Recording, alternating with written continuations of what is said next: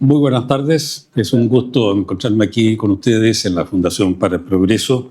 Vamos a hablar del totalitarismo soviético porque la Unión Soviética representó en gran parte del siglo XX como todo un modelo de un futuro, se suponía, de sociedad. Y ahí esa es la importancia que ha tenido el caso soviético.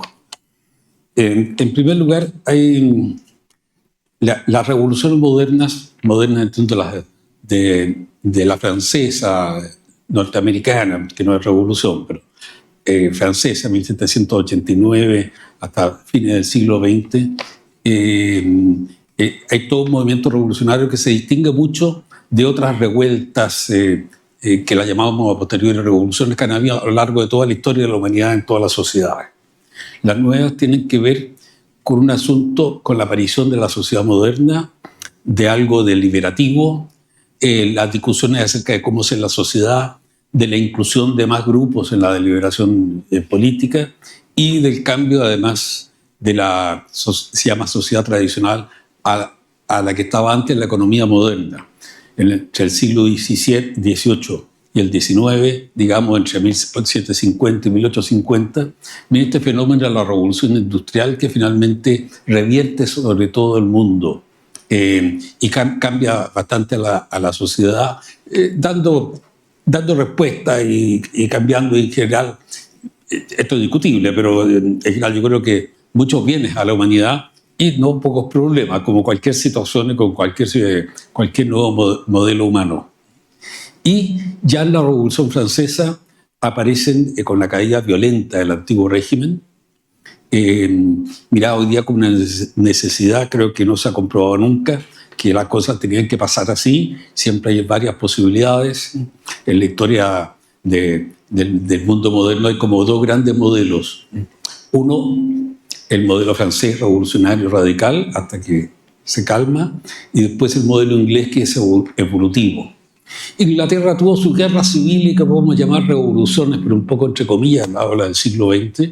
Tuvo sus guerras civiles y revoluciones en el siglo XVII, especialmente entre 1641 y 1648-49. Hay todo un periodo revolucionario con toda la sangre, con todas las matanzas que hay. Le cortan la cabeza también a un rey. Pero no son exactamente revoluciones modernas, son un poco religiosas, pero también tienen que ver con doctrina, en fin, con doctrinas políticas, para decirlo así. Bueno, la Revolución Francesa. La Revolución Francesa, que por un momento era una revolución donde los grupos se van radicalizando y el que era hoy día radical es el grupo como el statu quo el día de mañana, y así sucesivamente. Y en un momento eso se cortó. Se cortó. Y volvió como un centro que se llama históricamente el Directorio, pero especialmente ahí está la figura de Napoleón Bonaparte. La historia es más larga y complicada, pero lo estoy resumiendo por esta idea, porque Napoleón tiene una característica, se habla de la guerra y todo, ahí me interesa destacar otra característica de Napoleón y el sistema que crea o el sistema que él encabeza. No es que lo cree todo ni mucho menos, pero es como la gran cabeza, el primer sistema autoritario, la dictadura autoritaria moderna, diferente al sistema parlamentario democrático, diferente a lo que va a ser el sistema totalitario, que es una especie de transacción entre el antiguo régimen y la nueva sociedad. Después, cuando cae Napoleón, vuelve la monarquía, pero en el fondo este esquema y la evolución política social de Francia no cambia mucho. Se va transformando poco a poco en una monarquía constitucional y finalmente la república a partir. Pero ya durante la Revolución Francesa hemos delineados en ese periodo, que es todo un periodo de transformaciones, revoluciones, contrarrevoluciones, pero el triunfo está claro, la única parte en Francia. Entre paréntesis, de todas estas revueltas mundiales venimos nosotros, nuestra república, porque eso implicó la caída de la monarquía española en América, largas causas de todo esto, y nuestros padres de la patria adquieren el lenguaje semi-revolucionario, semi-conservador, según el caso de ese periodo. O sea, esto no es algo para nada desconectado de nosotros, toda esta situación. Pero también hay un intento de revolución radical que fracasa. si hubieran pensado que la época del terror hubiera durado más, a lo mejor tendríamos una especie de sistema totalitario, no llegó a ser. Entonces, ahí están delineados los tres sistemas clásicos de la modernidad. El parlamentario democrático o republicano, como en el caso norteamericano, porque también Estados Unidos surge más o menos de esta realidad antes que en Francia, pero surge porque la idea de autodeterminación de un grupo, de que el grupo que se consideraba el pueblo, que era una pequeña minoría, pero en fin, ahí se fue ampliando, es lo que crean una nueva república, un nuevo concepto, que en su época causó una fuerte impresión en América y Europa. Y después esto se revierte sobre el mundo.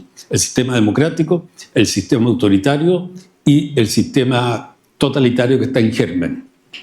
En el siglo XIX hay desde una extrema derecha a una extrema izquierda, por decirlo en la historia europea. Algo de eso también sucede en nosotros. O sea, quiero decir que esto está inserto en una historia moderna y que después se transforma como en una historia universal de todo el mundo, porque hay como en el curso del siglo XVIII y sobre todo el XIX, hay una unificación del mundo comunicacional, política, en parte económica, de manera que cuando comienza el siglo XX también hay un nacionalismo chino, pero ese nacionalismo tiene la ideología occidental. Y de ese nacionalismo se dividirá y aparecerá el comunismo y el nacionalismo, que después define a la China moderna, y hoy día yo digo son los nacionalistas los que están en poder en Beijing, ¿no? Es el triunfo de los nacionalistas, con un lenguaje, con la idea del Partido Comunista, con un tema de legitimidad, pero es eso. Todos estos ejemplos que digo es para decir que esto es parte de una evolución mundial, o afecta a todo el mundo. No de la misma manera, en todas partes tienen éxito estas transformaciones, pero se transforma, estos modelos son como la legitimidad, uno le gustará más a uno u otro, la legitimidad moderna. Ahora, Rusia. Rusia es parte de una Europa, la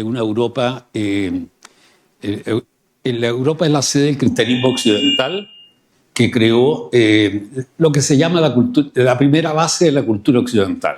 Esta cultura se va transformando y podemos decir que ya siglo XVIII y XIX no podemos llamarla cultura cristiana, es la cultura moderna. Es algo más, no es que no sea cristiana tampoco, pero tampoco es en lo definitivo eso. Hay una larga evolución de más de 1000 años. Pero Rusia es parte, por un lado, de una sociedad más atrasada, más nueva o más avanzada. Esos son conceptos difíciles de clarificar, pero es parte, sí, de una sociedad más elemental, formada después. La primera Rusia, eso a costo de lo que pasa hoy, está en Ucrania, en torno a Kiev. Esa es arrasada por los tártaros, y después aparece la segunda Rusia, centrada aproximadamente en lo que hoy es Moscú. En Moscú, Novgorod, otras ciudades de ahí que mandaban tributo a los tártaros, pero poco a poco se van autonomizando y va a salir Rusia.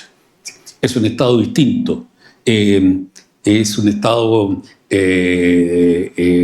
marcado por no un absolutismo, sino por un sistema centralizado fuerte, basado en el dinástico, basado también en la fuerza militar, como muchos estados en su origen en el mundo. Pero además con otra característica, representa lo que se llama el cristianismo oriental, el cristianismo, lo que llamamos ortodoxo, por ejemplo, el mundo griego, el mundo ruso. Y la característica de este cristianismo es, más o menos, siempre hay excepciones, pero es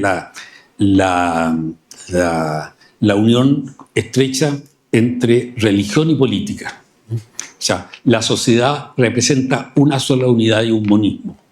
Rusia empieza a cambiar en el siglo XIX, se empieza a modernizar, hay toda lo que se pasa en muchos países en el mundo, una pugna entre los que dicen tenemos una herencia eslava propia, diferente a la del resto del mundo, y aquellos que dicen no, tenemos que europeizarnos, tenemos que por Europa occidental. Los occidentalistas versus los eslavistas. Algo está muy claro en la historia rusa, está claro dentro del comunismo y está claro todavía en la Rusia actual. Entonces, Rusia además fue sede en el siglo XIX, bueno, desde Pedro el Grande, desde 1700, por decir algo, es una potencia europea, militar, aunque como país es atrasado. Tiene espectaculares triunfos militares y también derrotas, pero en general se transforma como una potencia del sistema internacional europeo. Y es uno de los triunfadores contra Napoleón. El embajador norteamericano que está en Potsdam, donde una conferencia al lado de Berlín, donde una conferencia del fin de la guerra, está el embajador norteamericano esperando con Truman y Churchill y Stalin, y le pregunta a Stalin cómo se siente usted después de todo lo que pasó, la guerra terrible, y ahora está en Berlín. Y Stalin le responde así muy seco, de una manera: Alejandro estuvo en París, Alejandro el zar Alejandro I, que entró en 1814 en gloria y majestad con su ejército a París. O sea, como diciendo, esa es la meta, pero también una relación con Europa como ambigua, entre sentido de hostilidad, pero al mismo tiempo imitativa, admirativa, etcétera, como era el mismo Pedro el Grande. Pero también hay un movimiento revolucionario, muy influido por las ideas de los movimientos anarquistas, socialistas o ultrarrevolucionarios europeos, y que es más o menos fuerte, aunque si miramos a la sociedad rusa es como marginal, es más o menos marginal, pero tiene una cosa política y cultural fuerte. Y al mismo tiempo Rusia tiene otra característica, nos alejamos un poco del tema de ahora, del totalitarismo, pero sí del tema cultural, que aparece la gran literatura rusa que se da entre la década de 1830 y el 1900, un poco después. No que no haya literatura ahora, después que la hubo y gran literatura, pero la gran literatura que es un pacto global, mundial, incluso en nuestro país, es de esa época. Y todos estos dilemas están muy bien retratados en Tolstoy, especialmente en Dostoyevsky, considerado uno de los más grandes lectores de toda la cultura occidental, de los novelistas. Y él retrata en su libro Los demonios o los endemoniados, se traduce de varias maneras, este tema de la mentalidad revolucionaria. Ahora, y ya antes de la Primera Guerra Mundial se había formado un partido marxista influido por el marxismo occidental. Era un país muy atrasado con relación, no tuvo la modernización del resto de Europa. Y además, todavía hasta el día de hoy hay una marcada diferencia entre la herencia del cristianismo oriental con el cristianismo occidental. Esto no ha cambiado muy esencialmente desde no sé, del siglo XV hasta hoy día, siglo XXI. Hay todavía herencias de eso que explica un poco la diferencia de Rusia. Pero también en Rusia las fuerzas, por decir, mire, tenemos que alcanzar a llegar a ser un Estado moderno, una sociedad moderna como la europea, una monarquía parlamentaria, etcétera. Todo eso también existía fuerte. O sea, lo que llamamos un poco la tradición liberal, en un sentido amplio de la palabra, también existía en Rusia. Y después hay otro fenómeno, desde fines del siglo XIX hasta la Primera Guerra Mundial, 1914, en el cual Rusia comienza un proceso acelerado de cambio económico, de industrialización de la época, y que Rusia, que tiene como una caída, una continua tendencia a la crisis en el siglo XIX, emerge como una cierta potencia, pero es un estado convulso hacia el interior, porque en el fondo es lo que llamamos una monarquía absolutista. Los especialistas van a decir que no es absolutismo como el occidental, porque estaba sometido a ciertas reglas. En cambio, en Rusia era más un régimen, lo que llamaríamos una dictadura absoluta. La palabra dictadura no le viene bien, pero por dar una idea de qué se trataba. Pero también un estado bastante convulso. La típica situación de los países que tienen cambio económico, tienen modernización, y empieza a erosionarse toda la cultura anterior, porque era un país campesino en un 80-90%, era un país en donde por decir así, como hizo saco la palabra de un historiador norteamericano, el zar era temido y amado, las dos cosas. Y eso es una estructura.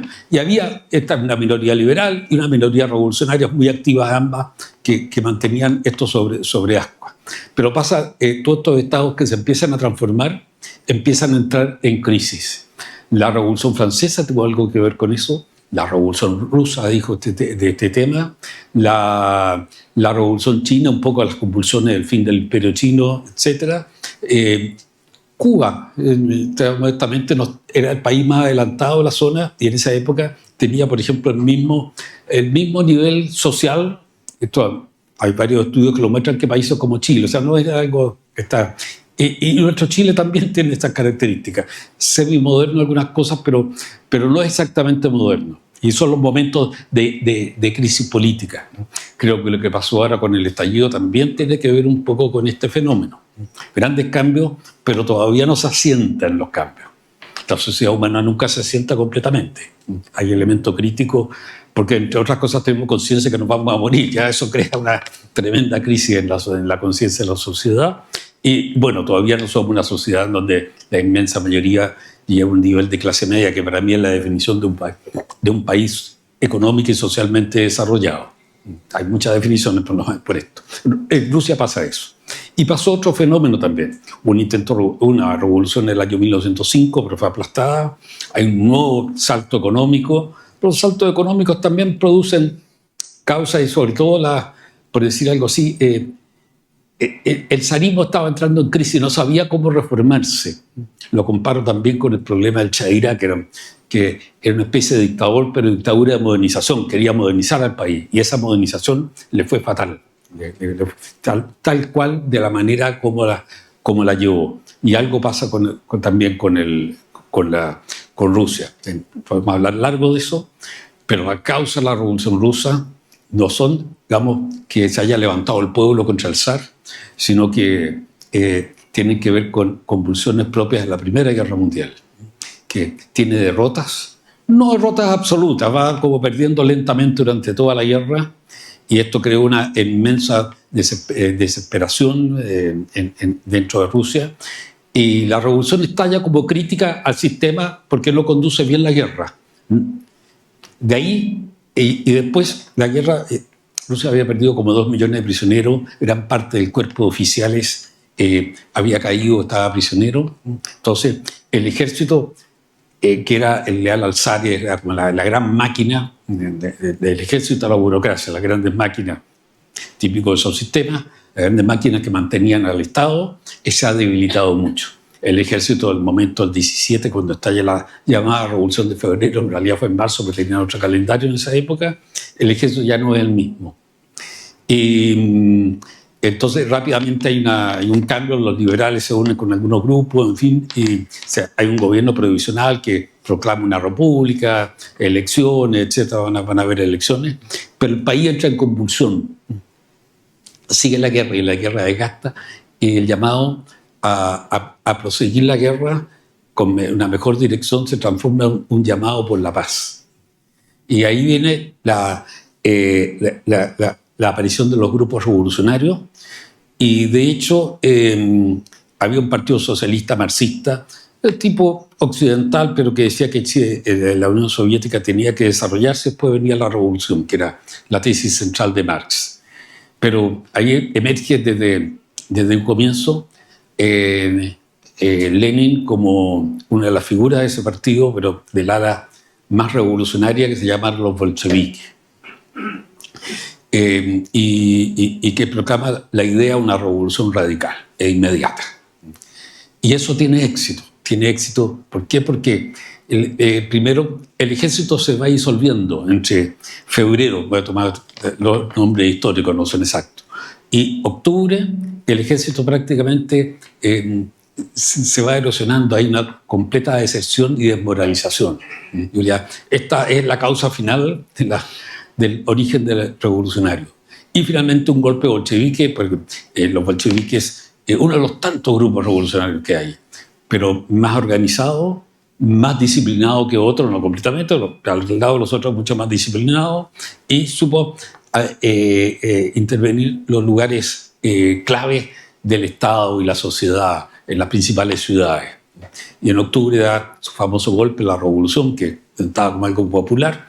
No lo fue tanto en el momento, pero se transforma en algo, en un poder que rápidamente pasa a una revolución radical. había unas elecciones convocadas, hubo las elecciones, los bolcheviques tuvieron una cuarta parte de los votos, pero por una asamblea nacional, la asamblea dura 24 horas, la disuelven después, bueno, y nadie dice nada, está en otra cosa. Y se transforma en esta dictadura radical. Estalla una guerra civil, sanguinaria como poca. Ya había mucha sangre en la Primera Guerra Mundial. También la guerra civil, donde además se instaura el terror como a los revolucionarios franceses, o sea, abiertamente, como una política, desenfadadamente. Esto causó horror en Europa y de hecho lleva a la división del socialismo europeo entre quienes siguen el modelo soviético o ruso de los bolcheviques o un modelo, un socialismo evolutivo, que venía de antes esta división. En Italia, entre paréntesis, Benito Mussolini representaba el ala socialista radical. Lo que pasa es que después se pasa al nacionalismo y va a crear después el fascismo. Todo esto pasa antes de la Primera Guerra Mundial, o en los primeros años de la Primera Guerra Mundial. Por eso es un fenómeno más o menos interrelacionado. Y la revolución, digamos, se transforma, o sea, la idea marxista del siglo XIX, la principal socialismo, en varias tendencias socialistas, pero la referencia más importante era que el capitalismo necesariamente producía una revolución, pero el capitalismo tenía una virtud, o la burguesía tenía una virtud, que había solucionado problemas materiales. El problema del reparto faltaba. Y que la socialización de los medios de producción iba a solucionar eso, y la revolución radical también, pero eso es una etapa posterior. Entonces Lenin dice, no, nosotros lo vamos a hacer ahora. La revolución rusa se legitima y dice, estamos acá porque representamos la vanguardia de una revolución mundial, pensando que muy luego iba a pasar lo mismo en Europa y finalmente en Estados Unidos. Aunque en ese momento el gran modelo, porque el gran modelo para todos los revolucionarios y toda la izquierda europea, la izquierda más radical europea, en el fines del siglo XIX y hasta 1914, era el socialismo alemán, que llegó a tener como 1/3 de los votos y más o menos 1/3 de los diputados en el Parlamento alemán antes de la Primera Guerra Mundial.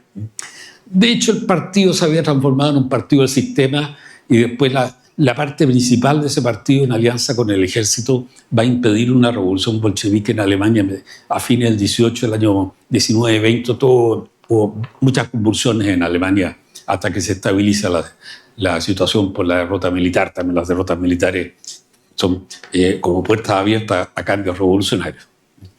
Pero por la política centralizada, la guerra civil fue entre los bolcheviques y el resto. Y el resto no eran grupos coordinados. Los principales, claro, fueron los restos del ejército que reclutaron, que los llamaron los blancos. Pero había muchos grupos sueltos. Nacionalidades, se disuelve el imperio ruso. Ucrania es un grupo de nacionalistas al poder, pero cada uno llegó como una guerra particular. Y eso fue un poco lo que significó el triunfo bolchevique, porque supieron derrotar separadamente a sus rivales y con una total falta de escrúpulos. Fue sangriento por ambos lados, para decir verdad, pero el terror y lo sanguinario de los bolcheviques fue como mejor planificado, me parece, con todas sus letras, ¿no? Fue políticamente astuto e implacable. Y eso llevó al triunfo, a una economía de guerra. Después privatizaron algunas cosas, pero Lenin quedó como el hombre fuerte de Rusia. Era un grupo, un poder, lo compartía con otros líderes que pasó a llamarse el comunismo, hasta que Lenin se enferma y muere en enero del 24. Pero la Revolución Rusa no fue un aislamiento, no fue un fenómeno solamente ruso, sino que causó un tremendo impacto internacional y de una manera, siempre se decía, era el oro de Moscú. Esto es un error. Yo en general no creo que revoluciones, contrarrevoluciones se puedan armar muy fácilmente desde afuera. Se podría armar un grupo o no, pero es raro que sea algo tan manipulado.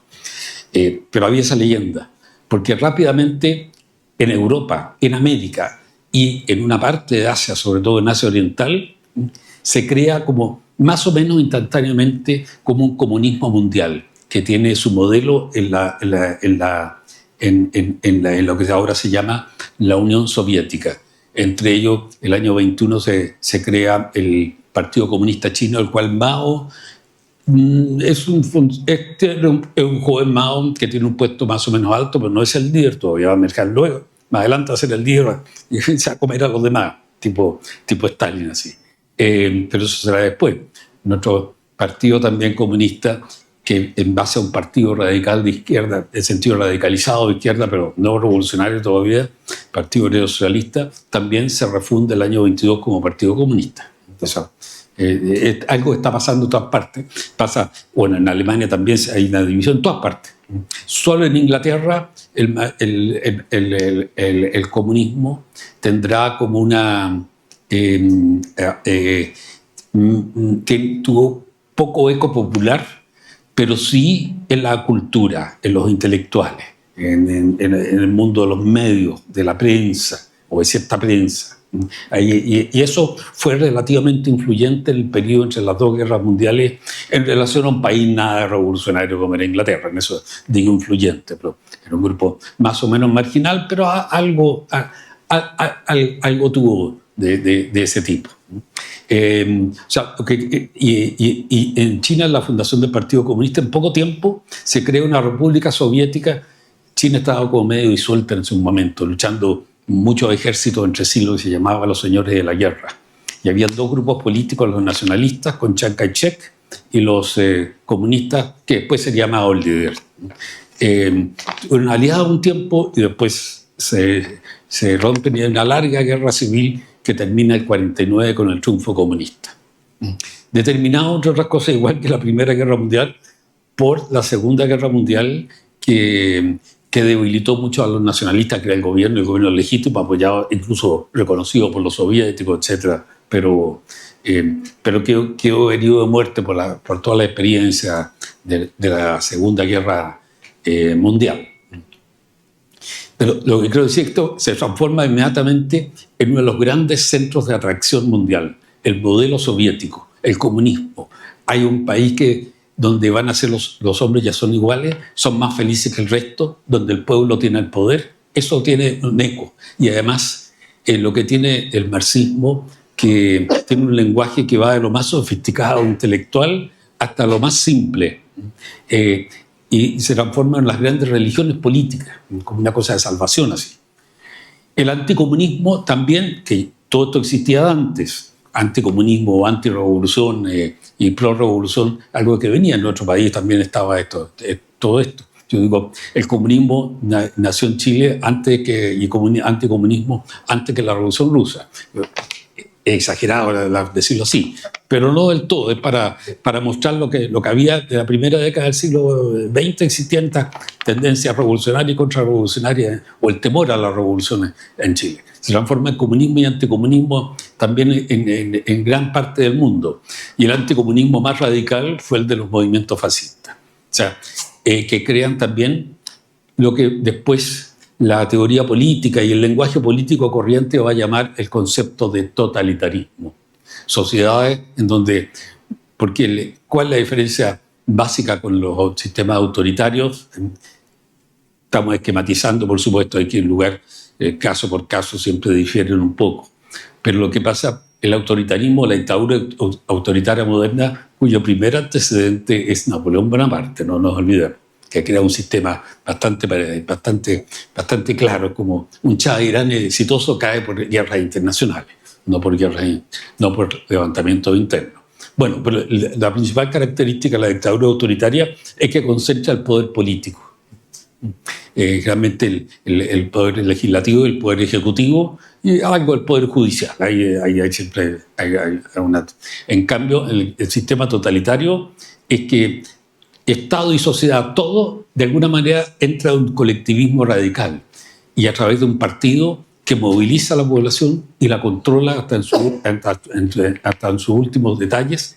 Y en el caso del totalitarismo soviético, además, con la estatización total de la economía. Hay proceso, hay retroceso en eso, para adelante, para atrás, pero al final llega a ser de esa manera.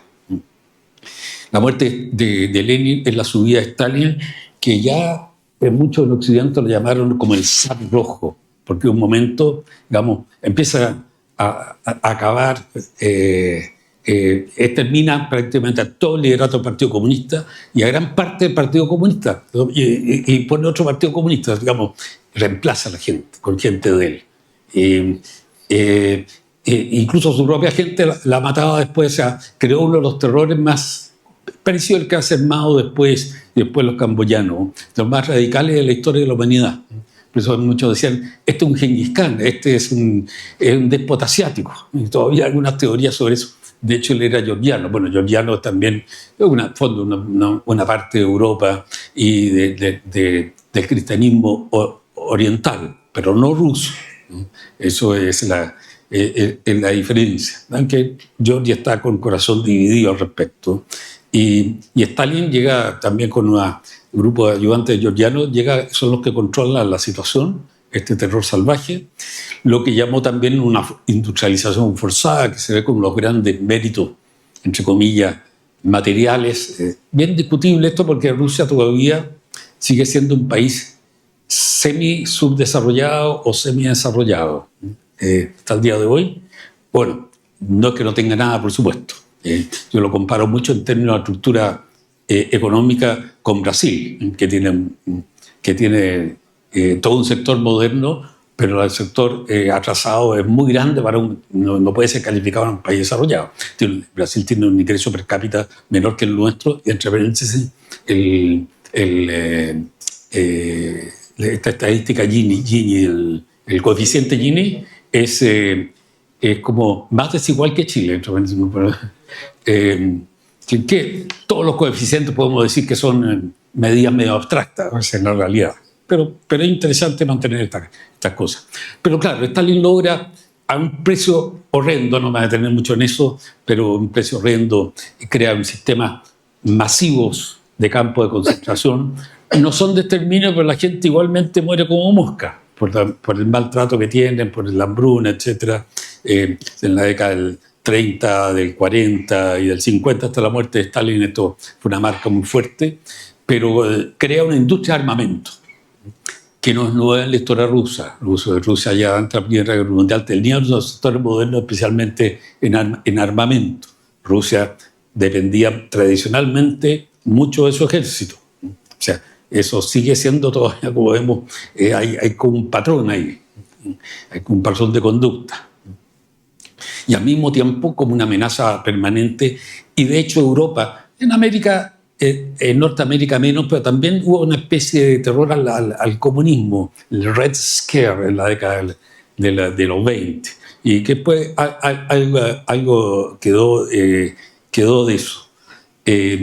Pero claro, se potencia militarmente, y hay un periodo más o menos de aislamiento diplomático del régimen bolchevique, mirado, además que había conocido todos los tratados, todo el mundo barbárico, el horror que creó, pero después poco a poco fue siendo aceptado, reconocido, y a raíz de la Segunda Guerra Mundial, digamos, en los años antes hay una cierta aproximación entre las potencias occidentales, que eran Francia e Inglaterra, y la Unión Soviética. Pero en Europa al menos hay una especie de guerra civil política, como podríamos llamar, entre comunismo y anticomunismo. Y el anticomunismo está muy marcado por los movimientos de tipo fascista. Hubo dos regímenes fascistas que en teoría son bien parecidos, en la práctica son bastante diferentes, que el italiano y el alemán. El alemán es como más típico, además era la primera potencia industrial de Europa, y eso marcaba mucho. Estados Unidos desde fines del 19 era la primera economía del mundo. En algunas estadísticas con historiadores que hacen cálculos retrospectivamente dicen que ya en 1870 era la primera economía del mundo. En todo caso, en 1900. No tenía la misma presencia mundial, pero estaba teniendo con Roosevelt, el primer Roosevelt, etc. Dice, bueno, nosotros tenemos poder ahora que se haga notar esto. Es muy típico de Estados Unidos, ¿no? Como lo sabemos en América Latina, intervenciones muchas innecesarias y torpes, en fin, pero crearon esta fama de Estados Unidos, un país prepotente, que en parte es cierta, en parte hay una leyenda negra, etc.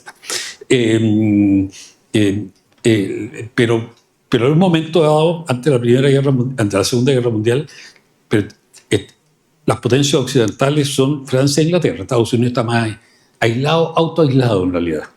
Por la seguridad, me salgo un poco del tema, pero para entender la política moderna, y Trump aludió ahora a eso, dos océanos gigantescos, mantenía un pequeño ejército, una buena fuerza aérea, sí, una enorme marina, la principal del mundo junto con la inglesa, incluso luego sería más grande que la inglesa, con una conciencia de seguridad, y nunca en toda su historia republicana, naturalmente, o sea, de la independencia en adelante, había sido amenazada de invasión. Los norteamericanos estaban siempre seguros que lo iban a invadir a alguien, eso ha sido un factor. Pero en la práctica no. No conozco en la historia humana otra gran potencia que haya tenido un desarrollo inicial carente de este temor, de temor en bases reales. Es una cosa que marca la historia norteamericana. Pero al mismo tiempo, la conciencia de una clase dirigente de que son parte del mundo. Y en la Segunda Guerra Mundial están estos dos fenómenos. La alianza entre Alemania nazi y la Unión Soviética por 2 años, que marcó mucho y posibilitó que Hitler en un momento dado fuera dueño, por decir así, del 60-70% de Europa, descontando la Europa soviética. Pero el resto era el dueño de la gran potencia. Muchos sectores no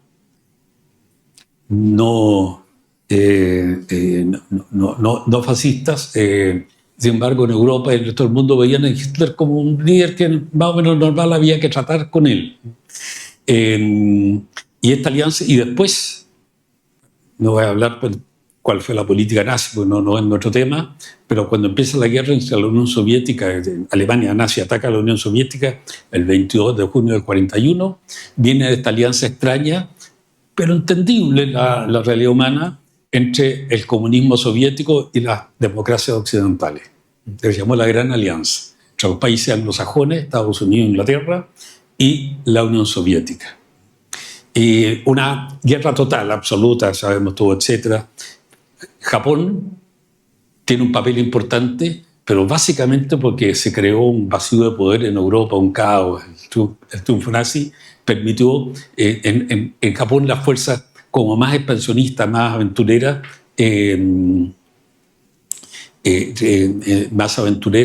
crearon se sintieron tentadas. Hay una cadena en Estados Unidos también cometió errores en el asunto de Japón, etc. Nunca alguien tiene toda la culpa de todo, ni nadie es completamente inocente en este mundo. Pero básicamente fue una posición temeraria, aventurera, y en algunos casos con consecuencias criminales la expansión japonesa, sobre todo en China, por ejemplo, etcétera, algo que todavía pesa y yo creo que seguirá pesando y cada día más fuerte en el futuro, porque China, el nacionalismo actual, se alimenta un poco del odio hacia Japón.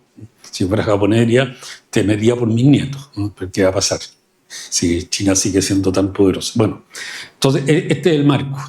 Y después de la guerra, evidentemente, no podía haber una coexistencia pacífica entre el comunismo completa, entre el comunismo soviético y las potencias occidentales, porque la fuerza del comunismo no solamente está en esta idea milenarista que se va a crear con una sociedad final, que es la vanguardia de este cambio mundial, que es la patria de todo el proletariado del mundo, coexiste con otra idea de que no se puede contagiar de la democracia burguesa, porque esa no es democracia, el triunfo nada más que el gran capital, y son sociedades que le cuesta coexistir sin debilitarse. Mientras las sociedades occidentales democráticas abiertas, claro, pueden ser más caóticas, pero su magnetismo es más espontáneo y más de larga duración. ¿Entiendes? Mientras tengan dinamismo, ese es otro tema. Mientras tengan dinamismo, y son sociedades medio decadentes, medio en crisis, ya pierden el magnetismo que podría ejercer. Yo siempre digo, nunca nadie emigró a un país comunista. Nunca. He asilado político nomás, pero emigrante sí, iba a trabajar para estar mejor nadie. Todo fue a la grande economía desarrollada. Pero para mí eso es bastante... Y la cortina de hierro es otra cosa. Bueno, volvamos al tema ideológico. Desde 1917 hasta el año 56, la década del 50, digamos, 56, hay una gran marca con un discurso de Khrushchev contra Stalin y con la Revolución Húngara, que causó un impacto muy grande en Europa. Pero en todo ese periodo, el comunismo soviético representa como el 90% del marxismo revolucionario en el mundo. El marxismo se había dividido entre uno no revolucionario y uno revolucionario, y los bolcheviques, después rebautizados como comunistas, representaron eso. Y ese es el modelo. Y eso, grandes grupos a lo largo de todo el mundo, especialmente en Europa, en América, en Asia Oriental. En el mundo árabe musulmán esto fue menor. En el mundo musulmán no árabe hubo partidos comunistas importantes, pero África Negra todavía no contaba entre las dos guerras mundiales. Después de la Segunda Guerra Mundial empieza el nacionalismo en África Negra y por supuesto en África, en el mundo árabe, aquí también muy hipotecado o muy alimentado también por el conflicto árabe-israelí, que fue otro factor, pero que no entra en toda esta lucha ideológica, obedece a otra lógica.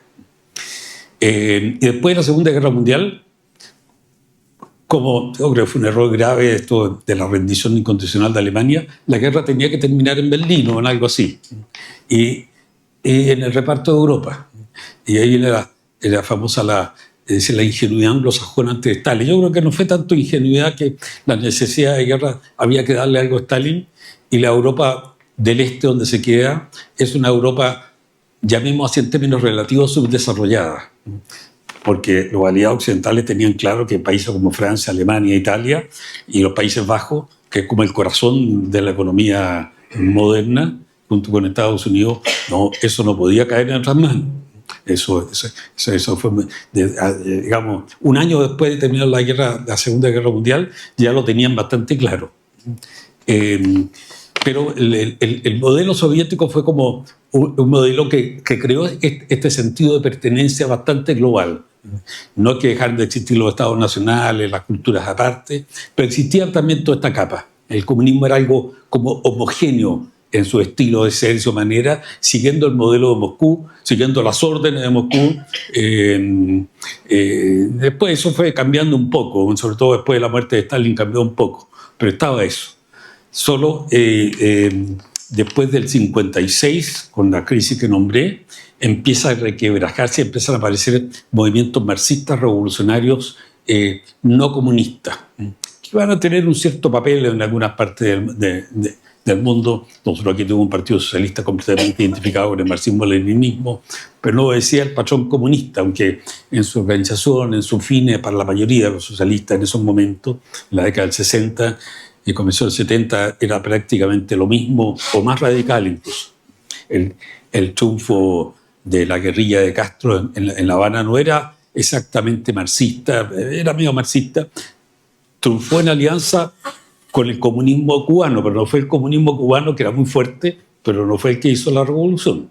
Y triunfó porque los sectores, llamemos así, liberales, democráticos, también al final apoyaron a la guerrilla castrista. Eso fue decisivo, y que Estados Unidos también entonces hizo un embargo de armas a Batista, todo eso condenó a Batista, que además era un régimen ineficaz en esos planos. Tuvo otros elementos modernizadores Batista. De hecho, llamemos así, entre comillas, los Chicago Boys de Batista, el primer año estuvieron con Castro dejó que siguieran. Los meses antes habían renunciado, etcétera, y siguieron, y después tuvieron que irse al exilio. Entonces, la Unión Soviética avanzó después de una cierta consolidación de su bloque y sobre todo de su poder militar, político y militar. Su magnetismo se fue perdiendo después de 1956, por dar una fecha. Pero el movimiento, el discurso, el lenguaje, la lógica marxista radical tuvo todavía una vida importante en los 60 y en los 70, en muchas partes del mundo. No seguía el modelo soviético, pero era funcional a la idea soviética de desestabilizar a Occidente. Y por otro lado, empieza poco a poco a mantener más relaciones económicas con Occidente. Siendo que la competencia de la Guerra Fría se hablaba en materialismo dialéctico, el materialismo histórico, esas palabras repetidas muy seguidas, pero de hecho esta competencia no tenía raíces económicas, porque el intercambio, la interacción entre los sistemas, el sistema soviético, el bloque soviético y China, pues, y Occidente y las economías desarrolladas, era mínimo. Aumentó un poco en la década del 70 y los 80, pero en el esquema de un país subdesarrollado a un país desarrollado. Compraban bienes de capital en Occidente y exportaban lo que la Unión Soviética es muy rica en materia de recursos naturales. Tiene prácticamente casi todo, tiene mucho petróleo. Tiene de las reservas mayores del mundo, junto con las venezolanas, junto con algunos países árabes. Están en Siberia en lugares complicados y caros de trabajar, pero están ahí. Y algunas las sigue trabajando. O sea, es un país exportador y lo sigue siendo de materias primas básicamente, y de armas. Armas indudablemente de buena calidad, lo probaron en la Segunda Guerra Mundial y después todavía algunas son buenas. Creo que Estados Unidos tiene todavía una ventaja electrónica de cosas sofisticadas, pero esas cosas son bien relativas en el caso de enfrentamiento. Por un pequeño avance en un momento dado anula otras superioridades. Eso se ha mostrado mucho en la guerra a lo largo de la historia. Pero el comunismo empezó a perder, como por decir, digamos, un cierto eros que es necesario para una expansión. Las religiones viven miles de años, las religiones políticas se gastan y apareció claramente un sistema esclerótico y se produjo lo que un teórico italiano llamó la ley de hierro, la ley de bronce de la oligarquía, que al final hasta los partidos más igualitaristas revolucionarios crean una oligarquía y crean mucho más dura y más fuerte que la de los otros sistemas, porque son más flexibles, cambian, no tienen que justificarse. Estos no. Y sobre todo crea un gigantesco aparato militar, económico, nuclear, atómico. Todavía la Rusia actual, en términos, es una potencia. En términos, por ejemplo, de armamento nuclear estratégico, o sea, con misiles, es más poderoso que China. Ha perdido y seguirá perdiendo eso por falta de la capacidad económica de mantener ese dinamismo. Pero hasta el momento es bastante formidable, comparable al norteamericano, capaz de destruirse mutuamente y destruirnos a todos nosotros de paso. Eso va a ir cambiando porque indudablemente el modelo chino es distinto y, en fin, no vamos a hablar de China ahora, pero el atractivo del totalitarismo fue un fenómeno importante en el siglo XX. Se debilita con el debilitamiento del marxismo, por un lado, la derrota del nazismo en la Segunda Guerra Mundial, y en segundo lugar, pues por esta pérdida y finalmente el dinamismo en las sociedades occidentales. Eso fue muy clave. Y que en el mundo se fue perdiendo la idea que la Unión Soviética representaba el futuro del mundo. En la década del 70, por ejemplo, hasta comienzo de los 80, la Unión Soviética ya como centro ideológico ya no tenía la fuerza de atractivo que tenía antes. Algo tenía, pero eran el resto. Sí. Pero sí, en cambio, nunca fue tan temida como fuerza política y militar, por su gran empuje, por su agresividad, un poco enmascarada, agresividad verbal, enmascarada la idea de la paz en la guerra, famosa frase de Orwell, digamos, se habla de paz, pero en el fondo de una agresividad. Todo eso se le temía más a la Unión Soviética que a Estados Unidos. Desde que en los 80 hay un cambio ahí. Hay un cambio bien grande, porque se asoman los aspectos críticos de la sociedad soviética. Y bueno, Estados Unidos la diferencia es muy grande. Es muy grande. Y pasó algo bien extraordinario. Por un lado, en China, después de la muerte de Mao, el comunismo va transformando al país en una dictadura autoritaria, con cierto grado de libertad económica y algún grado de tolerancia cultural, no ideológica, pero sí un cierto grado. Viene una libertad de viaje, cosa que los países comunistas nunca la tuvieron, siempre la cortina de hierro. Y después, post Mao, está todo este desarrollo de una dictadura autoritaria bajo el nombre de comunismo, pero pero en el fondo tiene el marco una dictadura autoritaria muy dura, sí, pero fuerte y con un éxito económico, pero impactante, completamente impactante. Dice que ahora está detenida. Nunca una economía ha tenido los niveles, tanto tiempo, estos niveles de entre 10 y 20% de crecimiento anual como la tuvo China. Ni Japón ni Corea del Sur en sus momentos esplendorosos. Japón en los 50 y 60 y Corea del Sur en los 70 y 80. Esto parece ser un fenómeno más o menos natural. Algún momento eso se va a detener, pero ha sido impactante. Si el desarrollo está en dos círculos del mundo: mundo euroamericano, norteamericano, de Europa Central Occidental, y en el mundo confuciano. En el resto no. Hay mucha diferencia en el resto también. Hay países que no están mal. Los países del Golfo pasan muy bien. No sé qué va a pasar el día en que no tengan petróleo o que el petróleo deje de usarse. Se están preparando para eso, entre países. En cambio, en la Unión Soviética esto fue distinto. Y el comunismo cae con la caída del muro de Berlín como un símbolo.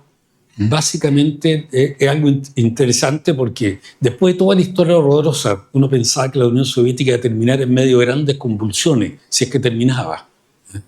Pero no, terminó pacíficamente. Quiero resumirlo en una expresión nomás. Todos estos resúmenes son a veces mentiras porque son como muy esquemáticos y una realidad más compleja, pero necesitamos conversar y no podemos estar 5 horas aquí. Entonces, porque la clase dirigente, algo que el gran pensador francés del siglo XIX, Alexis de Tocqueville, había dicho, que las revoluciones vienen en las crisis cuando la clase dirigente o la clase responsable pierde la fe en su propia legitimidad. Y eso pasó un poco con el comunismo. La perestroika fue eso. El mismo Gorbachev empieza siendo como un reformista dentro del sistema y después poco a poco empieza a cambiar el sistema y al final pasa siendo una especie socialdemócrata de izquierda tipo de Europa occidental. Y al final, después los últimos años de su vida, apoyó de alguna manera a Putin. Algunas cosas le gustaban, otras no. Pero no es un héroe para el sistema actual. Y eso fue la caída de la Unión Soviética, la cual le produce un caos, porque es una revolución, no solamente una caída ideológica, sino que fue también una revolución nacional por la disolución de este imperio multiétnico y un poco multinacional. Es un imperio diferente a los imperios europeos, porque no eran colonias lejanas, eran zonas que habían estado siempre bajo la influencia rusa. Como dije, Ucrania, digamos, en Ucrania nació Rusia. Así que por eso es algo que en Rusia se siente mucho esta diferencia. Yo conocí a rusos y ucranianos, bueno, en Chile o en reuniones internacionales, y me hablan de la tragedia, porque hay muchas familias ruso-ucraniana. Entonces me dice, hay un odio ahora entre las familias, esto ha dividido a la familia, ha dividido padre a hijo, es toda una cosa terrible que pasa para ellos. No tiene nada de raro en nuestro país, las guerras civiles pueden ser peores que las guerras internacionales en los odios que provocan, así que esta lucha entre hermanos. Y yo esta destrucción nacional, en algunos casos comprensibles, los estados bálticos nunca fueron rusos, o sea, fueron bajo dominio ruso, pero tenían autonomía, tenían una vida especial. Finlandia era parte de Rusia, pero entonces, Lenin, cuando era perseguido por la policía zarista, se refugiaba en Finlandia y la policía zarista no podía entrar ahí. O sea, el grado de dependencia política de Rusia era mínimo, era simbólico que podía tener el zar. Y entra en un caos tremendo y un poco la realidad rusa, que es un país semi-subdesarrollado, con grandes ventajas, con recursos naturales, con una población en gran medida bastante bien educada comparada con la que había en 1900, aunque antes tampoco Rusia estaba tan mal ante la revolución. Yo creo que si no hubiera habido revolución, a lo mejor hubiera caído el zarismo, pero no hubiera habido el triunfo comunista. El triunfo comunista fundamentalmente produjo hasta la guerra y, bien concreto, el fin del ejército zarista dejó las cosas en manos de las bandas locales. Pero por dar una idea, la economía rusa es del tamaño de la economía de Italia. Rusia tiene 150 millones, Italia tiene 60 millones o 50 y tantos millones de habitantes. Para una idea de la diferencia de niveles. No sé si ustedes conocen los autos Lada. Un amigo mío compró hace 30 años un auto Lada y a los 3 meses ya cayó con una pana de la cual no salió nunca. Entonces, no se conocen ustedes computadores rusos, no creo. Y así, etc. Yo tengo un computador chino, pero no ruso. O sea, ha tenido este gap económico, todavía está, a pesar de que naturalmente, digamos, no todo es así, tiene, en fin, creó ahora una clase empresarial con muchos lazos con Occidente, que en estos momentos está terminando. Y ese fue el fin del comunismo, pero dos cosas no han terminado. Una, bueno, la sociedad humana es crítica, así que eso, las crisis nunca van a dejar, va con la esencia del humano, eso por un lado. Pero dejo dos cosas que están. Primero, existe todavía el marxismo en el plano intelectual y cultural. Tiene alguna fuerza. Y más fuerza en el lugar donde nació, en el mundo de las universidades de los países euroamericanos. En cambio, políticamente el marxismo yo creo que ya casi no existe, salvo en América Latina existe un poco. Entonces, esto es curioso. No existe en otras partes marxismo político, partido marxista o grupo. Estado marxista, creo que China ni Vietnam son marxistas. Vietnam también, ahora fue el triunfo de los nacionalistas, el Vietnam actual fue largo estado de hablar. Eso por un lado. Y por otro lado, el